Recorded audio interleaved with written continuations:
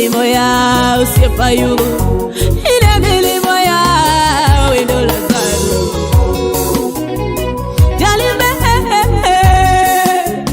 waningi ma wani mwandu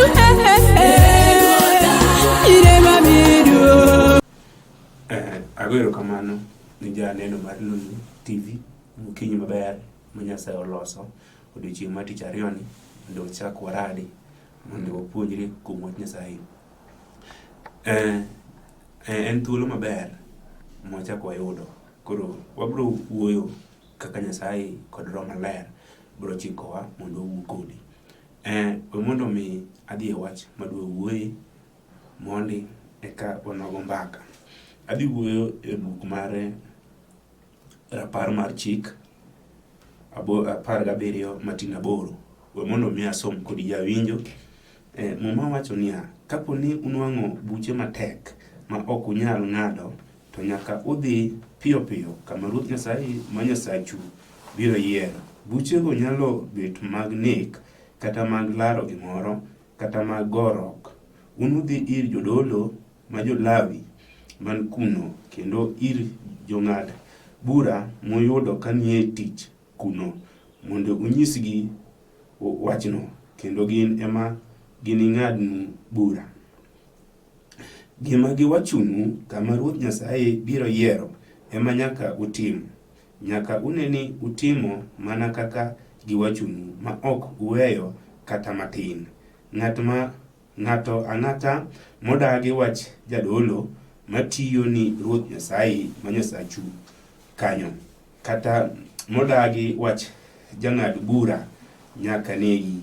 Kamano e kaka unupuodh jo Israel kuom richo ma kamano. Kutimo kamano to ji duto nowinj wachno mi ginibed maluor, kendo onge ng'at manochak tim wichkuot. Joneno mar Lulu TV chunyo godero kamano. Nyasaye no miyo gwedh diko masomo. We mondo mi walam Nyasaye kokalo kuom wachni.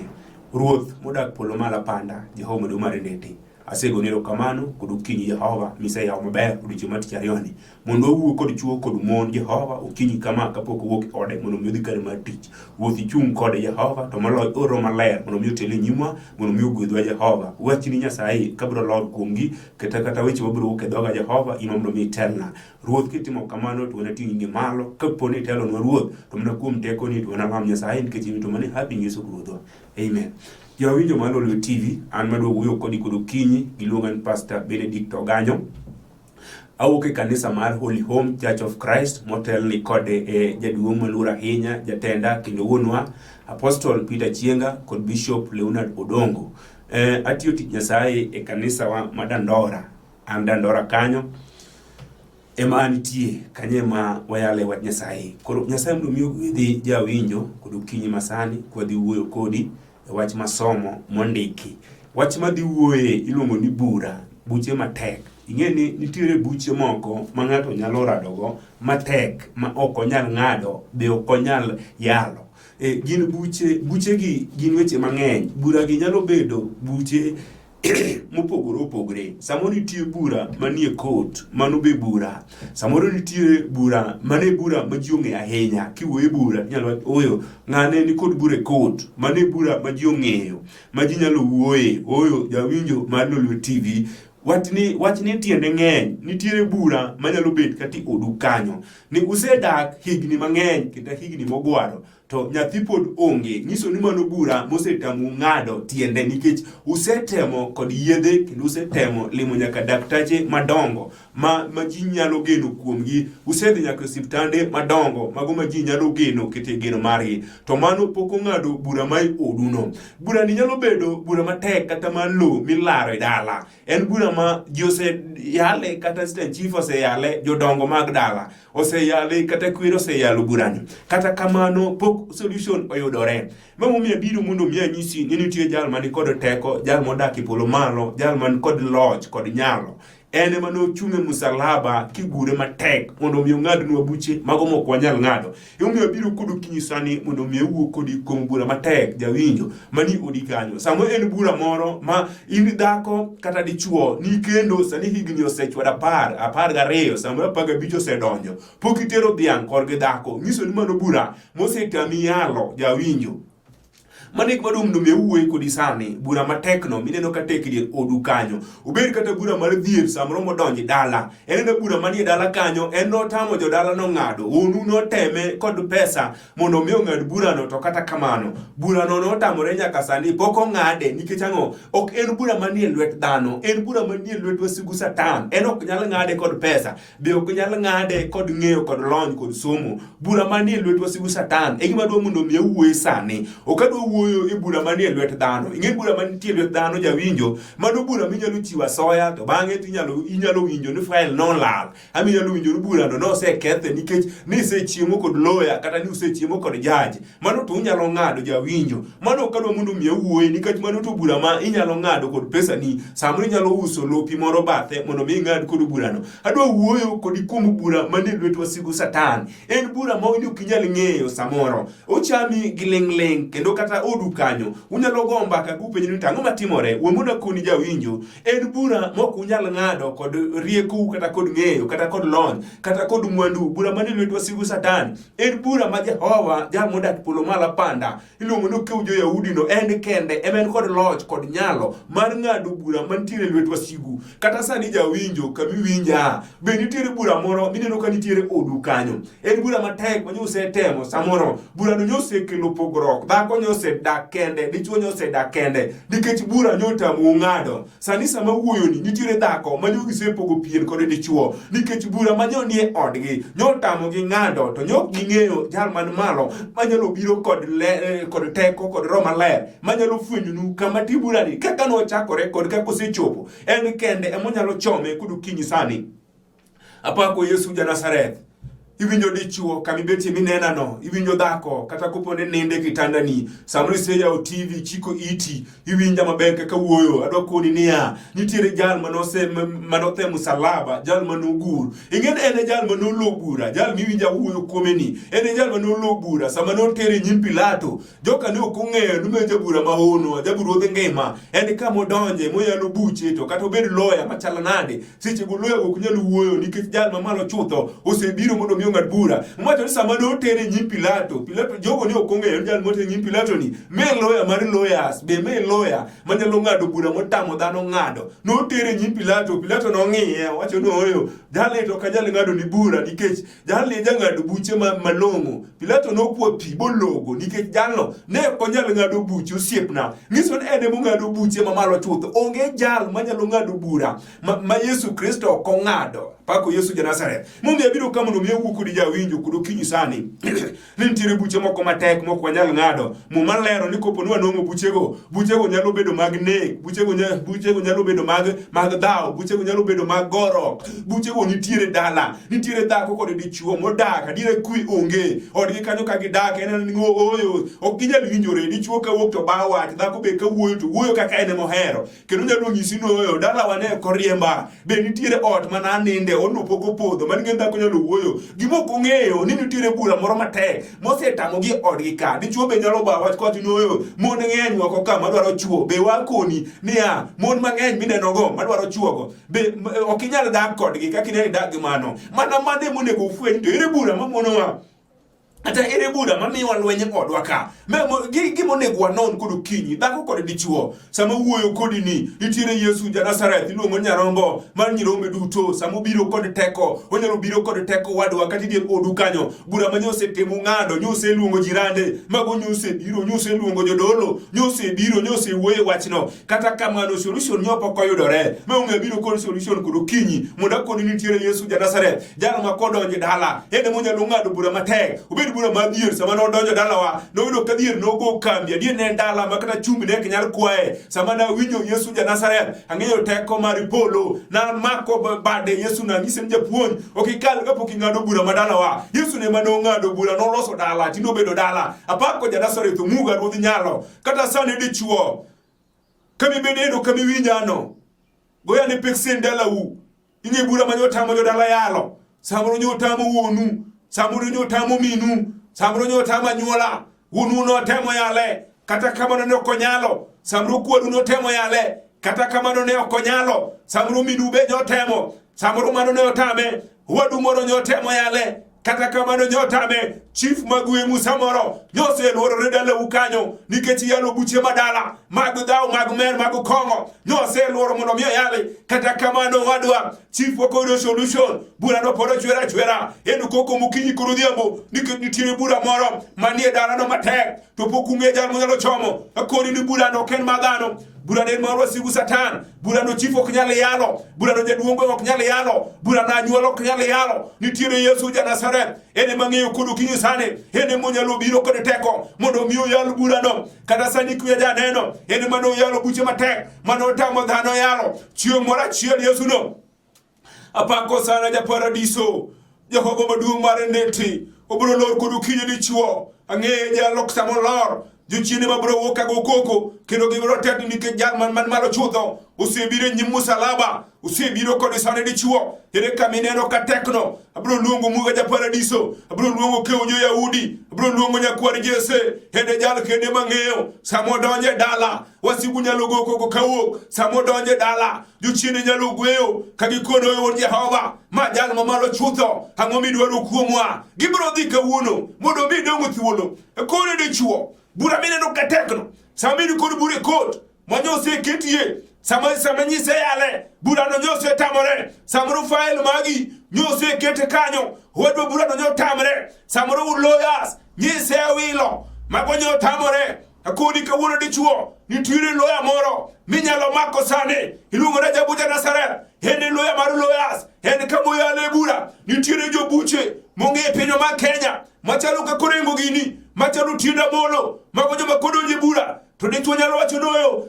an gadiera ni bura ni abiro loyo kendo piny Kenya ka anyaneno kaji neno bura morengo chung'ie iwacho ni mano seloyo kendo madonge ng'ato ok nyal bedo gi par ariyo nikech jabura maono miluongo norengo nitie takoni niya nitie bura morengo ok nyal yalo nitie bura motina molo ok nyal yalo nitie bura malo mumba gino ok nyal yalo nitie bura ma Yesu kende ema nyalo yale dala nitie bura moro ma Yesu kende ema ni kod teko ema ni kod mamlaka mar ng'ado bura no ire bura meneno katek jawinjo momiyo biro kamondo miyo wukodi muna kodi nikatir bura matek manyoji osego e mbaka manyoji osewuoye kakalo bura no nyose tamre dala ukanyo nyose temo kod nyalo nyose temo kod pesa samro wadu moro man kod pesa nyose temo mondo miyo yale nyose temo mondo miyo mak lawyers matindo kod madongo nyose tieko mwande dala nyose uso nyaka lopeu kuparo nubro yalo bura mago nyodhi ndodo siepna bura no nyoko yale miyo kodi kawuono niya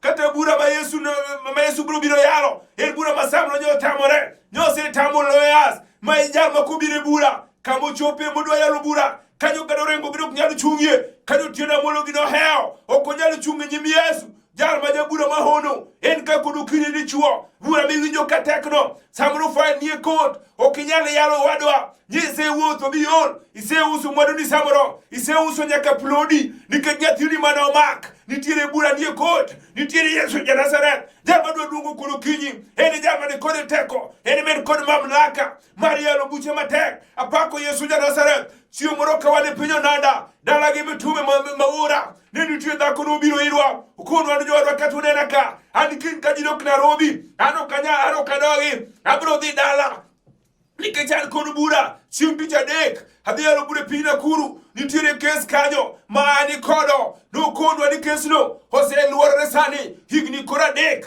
kapok oyalo burano osetemo kod nyalo kata chuore ma en dakgo nyocha osedhuro nikech burano nosechamo pesagi e dalagi kanyo dhakono noywaknwa kod pi wang'e okonwa ni kama ochope idhi ng'ad ni twech mar higni 7 nikech burano koro noseloye sama nwalamo ni dhako kod Moses Maudakala dhako noywak adiera okoni ka joma nyalo resa tabiro chiwore nyim Jehova dhako no walamo ni Nyasaye sama nwawuok piny Onanda kwaduogo Nairobi dhako no dok dalagi bang'e kodhi Nakuru kano jobo tich ang'wen dhako no go sim okonwa ni jowadwa aneno teko maro maler konwa ni jolweny aneno teko mar Nyasaye bura manyadhiye napoko weya thuolo an kata kaka nobedo ni ok ang'eyo jowadwa ne wakone niya ok inyal ng'eyo gik Yesu ja-Nazareth in itimo gi apanda to sama usetimo to biro nene lela kendo ji biro wuoye ka gwacho Nyasaye maduong' osetimone. Iwinjo kata sani dichuo nitiere ng'ato mani kod bura motame yalo sama bura no nie kot ok inyal yalo wadwa nosechamo mwandu. Nitiere Yesu Simba umuga ja paradiso obiro lor ka so chopo mondo mi okaw fael mondo mi odhi god bura mondo mi oyal li bura. Iwinjo wadwa ka minutie kopodini kod bura mondo manie kod samoro bura no nyotamre yalore ka otese manyia kod kod mondo mi kete mesa samani walamo Yesu Simba biro mulo tesego biro mulo kod Romaler biro biro kanyo biro ketho bura mako Yesu ja-Nazareth.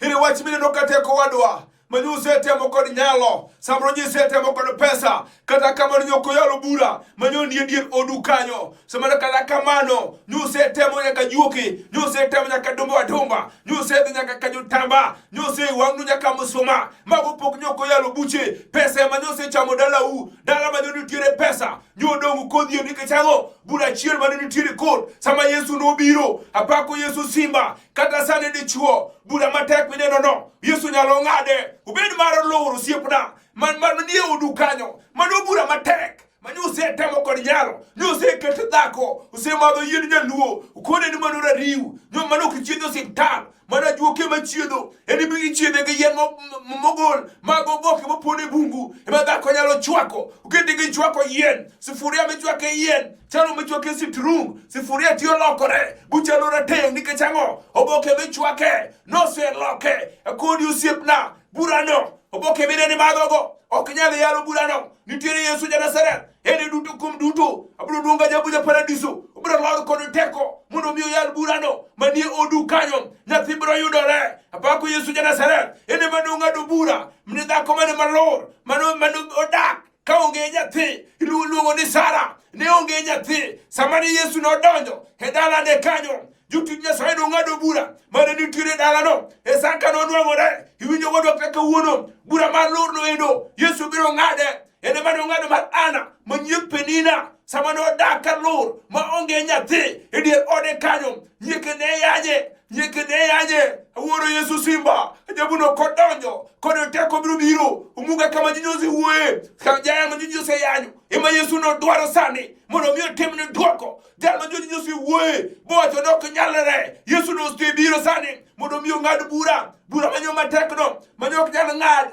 kod dhano manyo ok nyal ng'ad kod pesa. Apako Yesu ja-Nazareth apako umuga ja paradiso dichwere ka kiwuoyo kod okinyi ere ka kiwuoyo dhako Bewinjo ka bura no setami obed bura mar ohala adiera kichako to podho ok nyal dhi mbele nikech samoro nitie jok manotho dalau kane wachi mar ohala nomiyo bagidhi e kot notwegi e jela samone githo kanyo ohala no norumo kamano samoro nyaminwa kia malo mondo mi chak mari ok nyal dhi mbele nikech ang'o bura pod nitie e nyim wasugu Satan bura pod nitie jok madongo mamako jo bura pod nitie mok ni lwet dhano bura pod nitie manitie lwet jok maricho muma wacho nwakido kod jok mani kod loch kod teko gidak e piny motimo mudho owadwa kata kawuono kata kiwuotho nyaminwa bura ni pod omaki kata kiwuotho wadwa bura pod omaki muma wacho niya onyalo bedo bura manek samoro dala midakie no jino osegore bunek no akanyo nitie ng'ama notho sama ne ji lwenyo bura no nyoduogo nyochiere dala ukanyo bura no nyoduogo wadwa nyochiere dier odu samra mora mudak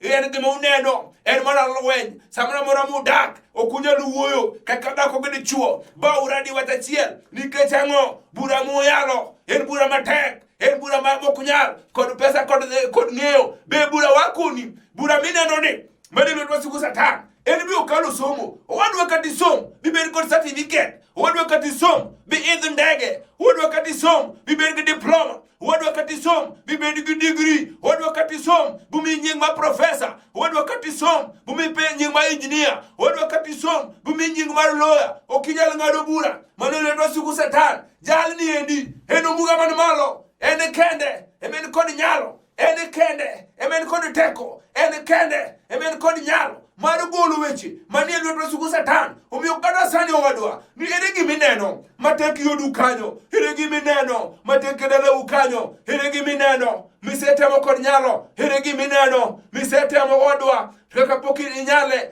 koni kowuono kod okinyi. Momiyo Yesu ora mondo mi awuo kodi. Muma wacho niya, Jehova nowacho niya, kopuonjo buche matek mok unyal ng'ado, to mondo umudhi piyo piyo kama jodolo ma Jolawi nitiere, to jal moyudo ka nie tich kanyo mondo mi ukone weche matek go. Miya koni niya, kata kawuono okinyi Jehova oseora mondo mi akoni ni nitie bura matek manie odu kanyo mok unyal ng'ado. Jehova osekona mondo mi ang'isi niya, bura mineno nendo ok inyal ng'ado owadwa. Katin kod rieko, katin kod nyalo, katin kod teko, ok inyal ng'ade. Nikech ang'o? Yesu ja-Nazareth en kende ema notwe msalaba. Nang'isi kachako ni buch Jehova no notamo Pilato ng'ado. Buch Jehova no nomiyo Pilato nologe wachno. Kata kawuono wadwa, kata kawuono nyaminwa, nitiere ya jal moro madwa luongo sani, iluongo ni Muja Paradiso. Nitiere jal moro madwa luongo sani, iluongo ni Yesu ja-Nazareth. En kama donje kata obed jobura manyo madongo mogen nyalo wa kanyo, nikech mano koro ohewo gi sani. Apako Yesu simba, omuga iwinjo dichuo, iwinjo dhako, iwinjo sani. Goane pepsin, goane dala ukanyo, goane dier odu kanyo. Ere wach matek manyo setamu, ere wach matek manyo tamu ng'ado. Apako ja Paradiso, apako ja Ruodh ngima, kata sani jolweny wadwa lamo Nyasaye kod jomoko mawinjo nitie bura matek. Bishop Leonard Odongo amalo jalweny, awinjo teko, awinjo teko. Ayuba Odouko amalo ud Nyakach, wadwa lamo Nyasaye kod dichuo. Ere yoi moseting'o chuma, awacho jolweny warwako chuma. Okinyi sani wuod Nyandiga amalo jadweny, amalo wadwa lamo kod dichuo moro mawinjo ni bura nosetame ng'ado. Wadwa lamo kod dichuo. Apako Yesu simba ja-Nazareth, umuga mesa masibiro nyimi. Nyasaye maduong' mar ndeti, Jehova amalo nitie dichuo mang'isa ni kod bura sane osetemo mondo mi ong'ade. Kata kamano pok ong'ade. Yesu mesa mondo mi yal buche mago matek ma ji ok nyal. Yesu mesa mondo mi yal buche mago matek ma ji ok nyal. Jehova mesa madwari notwari polo, Jehova mulie dhako mulie dichuo mani kod bura. Nyasaye maduong' mar ndeti, iumna jatenda Nyasaye maduong' Peter mondo chienga Jehova kanitiere piny umoja Ruoth. Ium Bishop Leonard Odongo, ium Nyasaye maduong' jayalo wuod Juma, Nyasaye maduong' wuod Kabonyo, iumna Samuel mondo wuod Jehova kanitiere piny Kibera Ruoth. Iumna Nyasaye maduong', iumna jogi manigigeno Nyasaye maduong' mar ndeti. Ipana Mathus mondo waga Nyasaye, iumna jaoda Josephine Manyarasumbi, ipar William Oteng Jehova, iumgi Nyasaye maduong' mar ndeti. Aketo janeno duto lwet Jehova mondo iumne josudu malolwe kotelgi kod niko kelo Ruoth. Ichielna gi Nyasaye maduong', iumna gi Nyasaye maduong' mar nyalo, iumna Josephat Nyasaye wuod Nyakach maja kamera. Ruoth iumna dichuogni, ipane lot mar wasigu mondo mi onene Ruoth, ichungo kodgi Jehova. Alamo Ruoth ni biro timo to mane happy Yesu Ruodhwa. Amen. Agwero kamano jawinjo Manulwe TV, an mana wuoyo kodi Pastor Benedict Oganyo. Auke kanisa mar Holy Home Church of Christ e branch ma Dandora, an kaka jakwath Dandora. Kanisa no telnwa kod jaduong' maluor ahinya jatenda kendo wuonwa Apostle Peter Mauda Chienga, kaachiel kod Bishop Leonard Odongo. Nyasaye mondo mi umgi mondo gine loch mar nyalo japuonj. Iumna Mathus mondo waga Nyasaye kaachiel kod jaoda Josephine Manyarasumbi. Iumna William Oteng, wiyo ok nyal wil kod administrator marwa, secretary mar din iluongo ni David Oyowe. Nyasaye mondo mi umi wuod Ndhiwa wane loch kod nyalo. Umna jakom Ken, umna jakom Shadrach kaachiel kod jayalo mwakonyre go tich e piny Dandora David Orembe. Nyasaye mondo mi ogwedh ahinya kaachiel kod Winnie majaodi. Wabiro neno loch mar nyalo ka joma obed jaka kodwa. Kaka inyalo yuda jawinjo, Nyasaye mondo mi ogwedh ahinya. An Dandora phase 5, Kilor phase 5 kanyo, Joy Villa stage ibiro yuda kanyo. Gochna gocha namba na masim en 0711 79 50 46. Kata inyalo tiyo gi Airtel mabe giringo piny kanyo 0735 43 67 66. mago enemni na minyalo yudago. Uyok nyalo wil Teresa ka Kibira. Teresa ni gocho na rombe nwarado kodi. Namba ni masimu no lalna. Te mondo mi manya kendo. Nyasem no miyo janeno. Ungen janeno maglolwe magocho na from Mombasa. Nyasem no miyo gwidwa hinya jo Changamwe. Asaido simbe umangeny. Nyasem no miyo gwidwa hinya jo Malindi. Nyasem no miyo gwidwa hinya. Nyasem no miyo gwidna Moses. Nyasem no miyo gwidna Chalis. Manu wood game kantiere Changamwe. Gine no lolwe kabisa. Nyasem no miyo gwidna jo Kano neno lolwe kabisa. Asaido simbe mangeny ma akano. Nyasem no miyo gwidhu jo Kano. Abro biro kanyo jo Kisumo. Nyasem no miyo gwidna Pauline Caroline. Nyasem no miyo gwidhu angen ka Nyasaye yawo yo. Abro biro Kisumo mondo mi waran. Ungeny mo kanyal tajo nyingu ja winjo maglolwe kakamano. To Nyasem no miyo gwidhu wachak warado chieng' matich ariyo. Nyasem no miyo umna dhako maluora hinya manosiep chunya. Ene morwaka nanga sama biro ka iluongo Josephine Manyara Sumbi. Nyasem no miyo gwidhi min Naomi. Wane loch kod nyalo. Agoero kamano. Nyasem no miyo gwidhu wachak warado chieng' matich ariyo. Shalom. Olimo ya usiepayu ina milimo ya wendo